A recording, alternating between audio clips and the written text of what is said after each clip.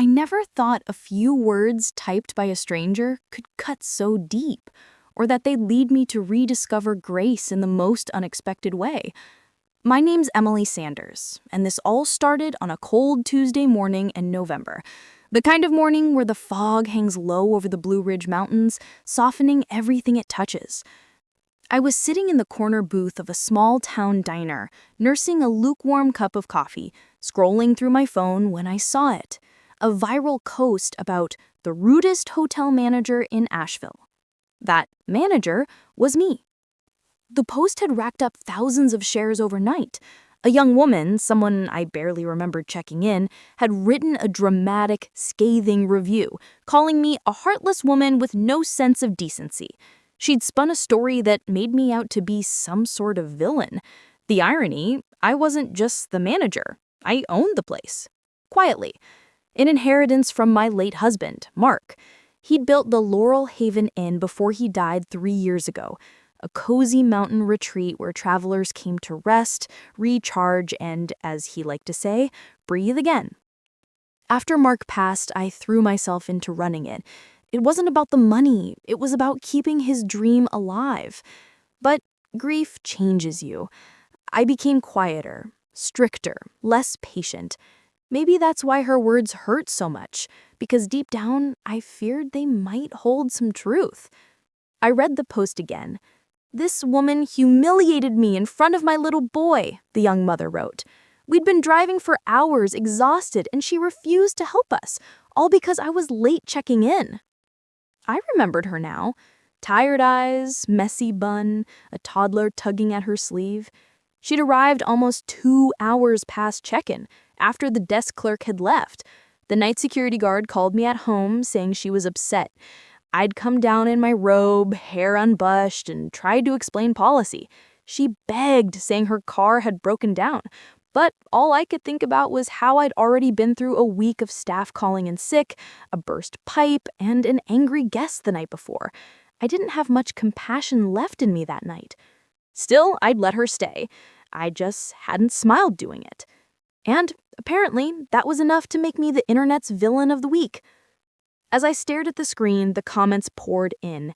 People swearing they'd never stay at that awful place. Others sharing their own bad experiences with hotel snobs. It was like watching my reputation burn in real time. "Emily," the waitress's voice broke my trance. "You want a refill?" I nodded absently. She topped off my coffee, giving me a sympathetic smile. "You okay, hun? You look like you seen a ghost." I forced a laugh. Something like that. When she walked away, I scrolled through the post again, noticing the name of the poster, Megan Blake. She'd even tagged the hotel's page. I clicked her profile, a young mom, maybe late 20s, pictures of her little boy, same one I'd seen that night, smiling with a missing front tooth. She looked happy, normal, not malicious, just hurt. I don't know why, but something in me broke a little then. Maybe it was seeing her son.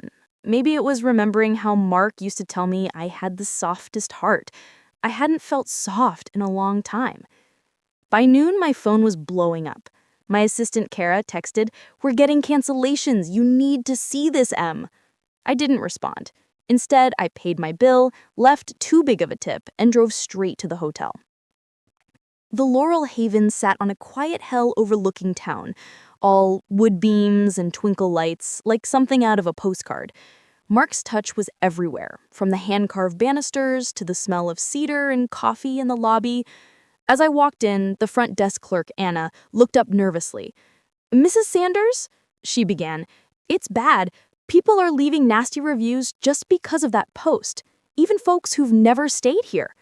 I nodded. "I've seen it." She hesitated. "Is it true, what she said?" I sighed. "Not exactly. But I wasn't kind either." She looked at me for a long moment, then quietly said, "You've been under a lot of pressure. People forget you're human." That night, after everyone left, I sat alone in the office with the lights dimmed and opened my laptop. The post had reached over 50,000 views. I hovered over the message button on Megan's profile for a long time before finally typing, "Hi, this is Emily from the Laurel Haven Inn. I saw your post. I'd like to make things right if you'll let me. I didn't expect her to respond, but the next morning I woke up to a short reply. You? Really? Why now? I stared at the message for a good minute before writing back, because I think I owe you an apology and maybe a cup of coffee. There was no reply. Days passed. The bookings kept dropping. The local paper picked up the story, and before long, my small town reputation was gone. My accountant warned me that if things didn't turn around by spring, I might have to sell. Mark's dream, our dream, would be gone. On Sunday, I went to church for the first time in months. I sat in the back, hoping to slip in unnoticed, but Pastor Ray spotted me and smiled warmly. His sermon that day was about grace, how it's never too late to make things right. He said, "Grace isn't about who deserves it. It's about giving what you yourself once needed." I don't know why, but tears filled my eyes. Maybe because I realized I'd been shown grace so many times before, yet I'd forgotten how to give it. That night, I logged into Facebook again. Megan had posted a new update, trying to teach my son about forgiveness, harder than it looks. Something about that line tugged at me. I typed, "Maybe we could both use a lesson in that. My offer still stands." This time she replied within minutes, "Fine, 1 coffee, but I'm bringing my son." We agreed to meet at the cafe by the lake. I arrived early, heart pounding. I didn't know what I was expecting. Anger, cares, maybe both. But when Megan walked in, she looked nervous too. Her son ran ahead, clutching a small toy car, and bumped right into me. "Oh gosh, I'm so sorry," she said quickly. "It's okay," I said down to him. "He's got good energy." She gave a half smile. "Yeah, more than I can keep up with." We sat by the window. For a moment, silence hung between us like fog. "I didn't mean to ruin your business," she said quietly. "I just felt so small that night. You didn't even look at me." Her words hit harder than any review could have. "I know," I whispered, "and I'm sorry. That night, I was drowning in my own mess. I forgot what it's like to be on the other side of the counter." She nodded slowly. "We've all been there." Her son tugged at her sleeve. "Mommy, can we stay at the pretty hotel again someday?" We both looked at him, then at each other, and for the first time in a long time, I laughed. Softly, but it was real. I didn't know what I was expecting when we met for that coffee, but it wasn't peace. Not right away, at least. Maybe a little closure, a chance to explain myself. But peace? That was something I hadn't felt in years. After that day, something shifted between us. It started small, an exchange of messages, a shared joke about how her son, Tyler, had tried to tip the barista with a Lego piece. But over the weeks that followed, those conversations turned into something deeper, real. Megan told me she was a single mom, recently divorced, trying to rebuild her life. She'd been on her way to a job interview that night when her car broke down. She'd spent her last few dollars on gas, praying they'd make it to the hotel before midnight. "I thought you were judging me," she admitted once, like I wasn't good enough to be there. Her honesty hurt, but it also healed something in me. "I wasn't judging you," I told her. "I just forgot what it's like to be desperate." She smiled faintly. "We've both been through stuff, huh?" That we had. Winter rolled on. The hotel struggled to recover from the online backlash, and though business was slow, the small staff stayed loyal. "We'll get through it," Kara said one afternoon while helping decorate the lobby for Christmas. "People always find their way back to a place that feels like home." Home. I hadn't used that word in a long time. The next week, Megan showed up at the hotel with Tyler in tow. "He wouldn't stop talking about the pretty hotel," she said, laughing, "so maybe we could give it another try, on better terms this time." I felt my throat tighten. "Of course," I said softly. "Your room's on the house." She tried to protest, but I waved her off. Consider it my apology, part 2. Watching them check in, I realized how much the place had changed since that first night. The lights seemed warmer, the air filled with the smell of cinnamon and pine. Mark used to say Christmas brought out the best in people, and maybe he was right. That evening, as snow began to fall outside, I saw Tyler sitting by the lobby fireplace, building towers with wooden blocks. Megan sat nearby, reading. It was such a simple scene, but it stirred something deep in me, something I hadn't felt since before Mark's accident. I must have been staring too long because Megan looked up. "You okay?" she asked gently. I blinked back sudden tears. "Yeah," I said, just remembering someone who loved this place as much as I do.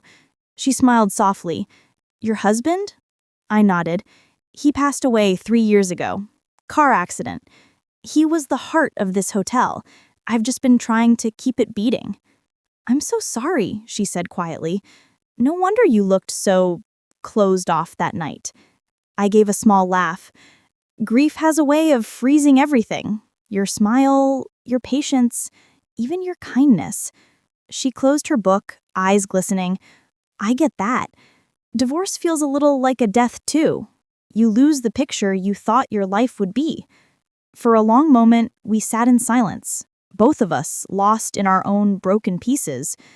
Then Tyler's small voice broke through. "Mommy, can Miss Emily play blocks too?" We both laughed through our tears. "I'd love to," I said.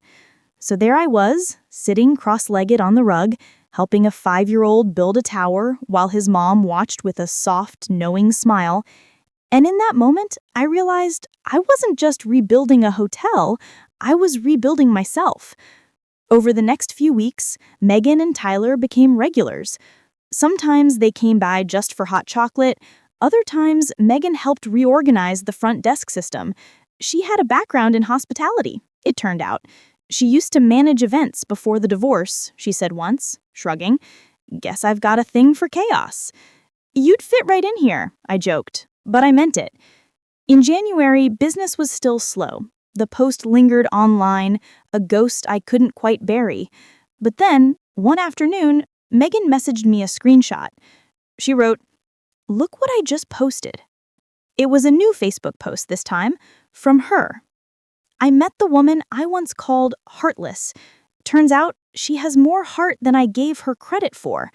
We both learned something about grace, and maybe second chances aren't just for stories. It didn't go viral like the first one, but it didn't need to. People began leaving kind comments, some even booking rooms again. Local news picked up the story, calling it a tale of redemption in the Blue Ridge. I cringed at the attention, but secretly I was grateful. It wasn't fame, it was restoration. A few weeks later, I offered Megan a part-time job at the front desk. "Are you sure?" she asked, eyes wide. "After all that?" "Especially after all that. You understand people. That's worth more than any resume." She accepted. And from that day on, the Laurel Haven Inn began to feel alive again. Guests noticed the warmth, the laughter, the kindness that had been missing. It wasn't just a business anymore. It was a place where broken people found a little bit of light. One evening in early spring, after the last guest checked in, I found Megan in the lobby folding linens. "You ever think about how weird it is that all this started because of a Facebook post?" she asked with a grin. I laughed. "Honestly, if you'd told me that back then, I would have blocked you." "Fair," she said, chuckling, "but you didn't." "No," I said softly, and I'm glad I didn't. We were quiet for a moment, listening to the faint hum of the fireplace. Then she said, "You know, Tyler calls this place the Miracle Hotel. He says it's where people become friends instead of enemies." I smiled, swallowing the lump in my throat. He's not wrong. Later that night, after Megan went home, I walked through the empty lobby, touching the old wood counter Mark had built by hand. For the first time, I didn't feel the weight of loss. I felt gratitude. Not for what I'd lost, but for what had come in its place. Grace, in the shape of a second chance. The next morning, I woke up to another message. It was from a journalist who'd seen Megan's second post. "Would you be willing to do an interview?" she asked. People love stories of forgiveness. I hesitated.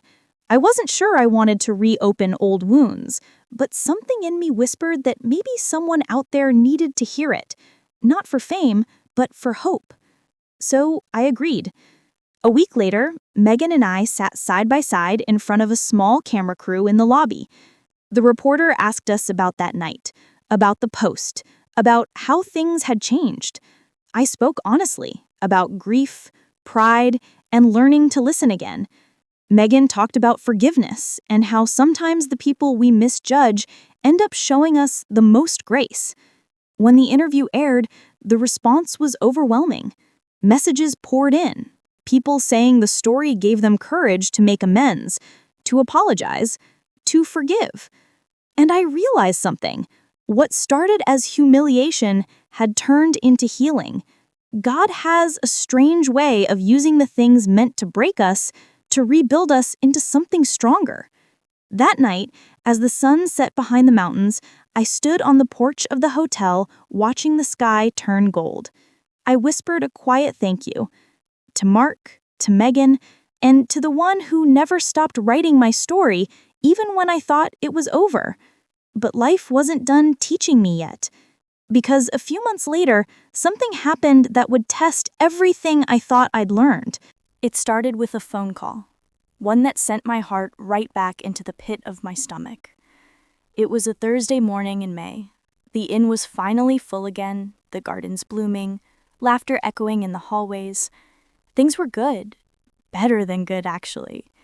Megan had settled into her new role like she'd been born for it, and Tyler had unofficially become our junior concierge, greeting guests with chocolate mints and a toothless grin. But that morning, as I was going over the month's bookings, my cell phone rang. "Mrs. Sanders," a polite voice said.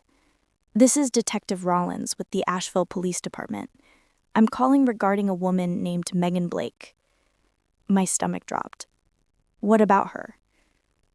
"There's been a car accident," he said gently. "She's stable, but she's at Mission Hospital. She listed you as her emergency contact." The world went quiet.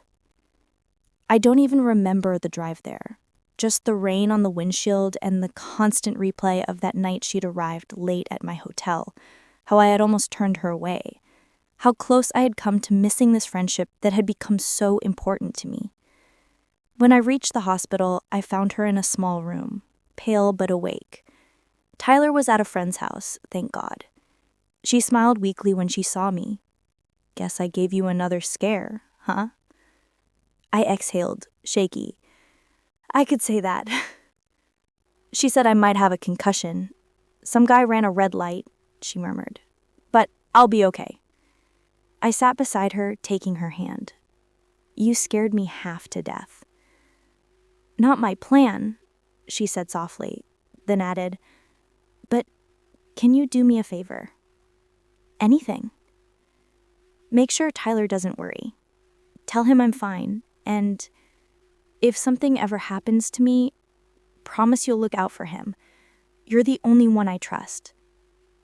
Her words caught me off guard. "Megan, don't talk like that." "I mean it, Emily." Her eyes filled with tears. "You've become family." I squeezed her hand.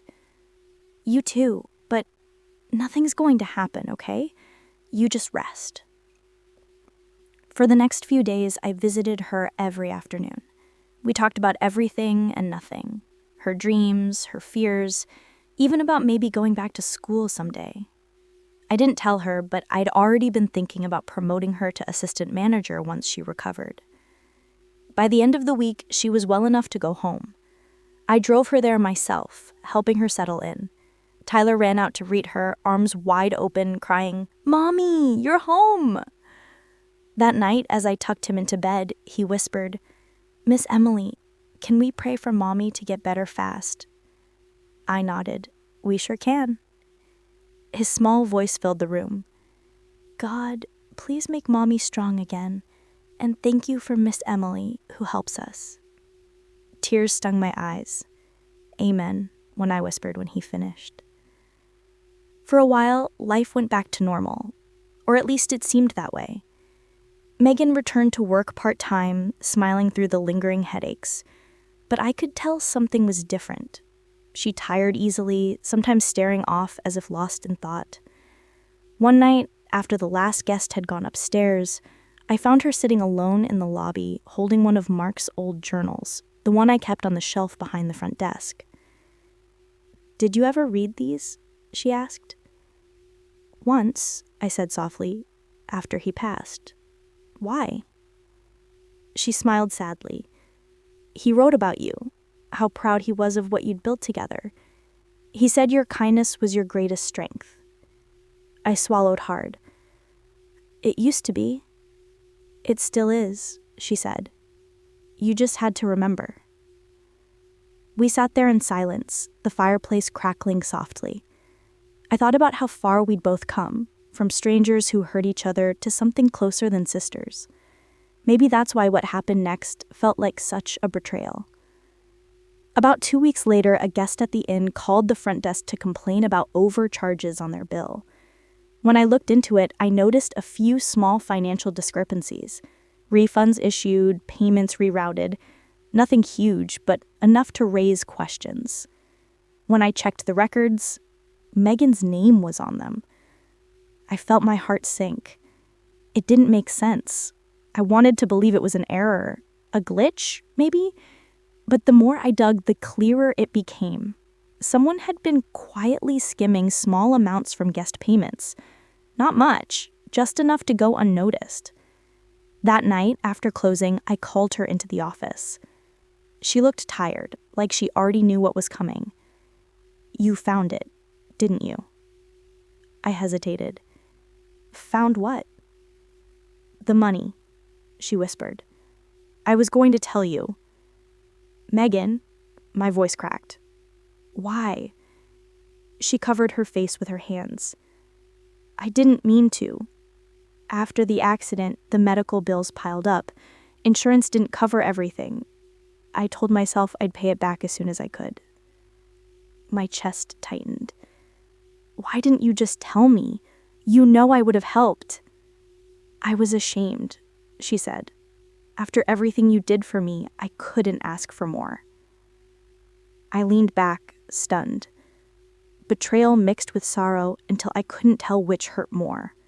She wasn't just my employee, she was my friend, my family. "I should fire you," I said quietly. "You know that, right?" She nodded, tears spilling down her cheeks. "I know. And I'll pay back every cent, I swear." I turned away, staring at the framed photo of Mark on the wall. He'd always believed in grace, believed people could come back from their worst mistakes. I wanted to believe that too, but grace doesn't come easy when it costs something. Finally, I said, "You're suspended for now. Take care of your son. I'll decide what to do later." She nodded silently and left. The sound of the door closing behind her felt like a chapter ending. That night, I couldn't sleep. I kept thinking about her prayer, her boy, her car accident, and the promise she'd made to repay what she'd taken. I thought about all the ways I'd been shown mercy when I didn't deserve it. And I thought about the first post she'd written, the one that nearly ruined me. Maybe this was my test. The next morning, I called her. "Come back to work," I said simply. She went quiet. "Are you sure?" "I'm sure, but under one condition. You let me help you. No secrets this time." She began to sob. "I don't deserve that." I didn't too, but someone gave me another chance anyway. The line was quiet for a moment. Then she said, "Okay." When she returned to work, the other staff looked surprised, maybe even disapproving. But over time, the tension faded. She worked harder than ever, quietly rebuilding trust, one day at a time. Months later, when her debt was fully repaid, she left an envelope on my desk. Inside was a note that said, "Grace given, grace returned. Thank you for believing in me when I didn't believe in myself." By then, the inn was thriving again. Guests came not just for the view, but for the feeling, the sense that this was a place where broken things could be made whole. And as for Megan, well, she wasn't just my employee anymore. She'd become my partner. Together, we started a program at the hotel, Second Stay, offering short-term jobs and shelter to single parents starting over. It wasn't much, but it was a way to pay forward what we had both been given. Standing on that same hill months later, watching the sunset spill gold across the valley, I thought about how far we'd come, from anger and shame to forgiveness and renewal. And for the first time in years, I felt peace, real peace. I smiled up at the sky and whispered, "We did it, Mark. We kept your dream alive." Because sometimes the story that starts with a stranger's harsh words ends with friendship, forgiveness, and the kind of grace that can only be written by the author of second chances.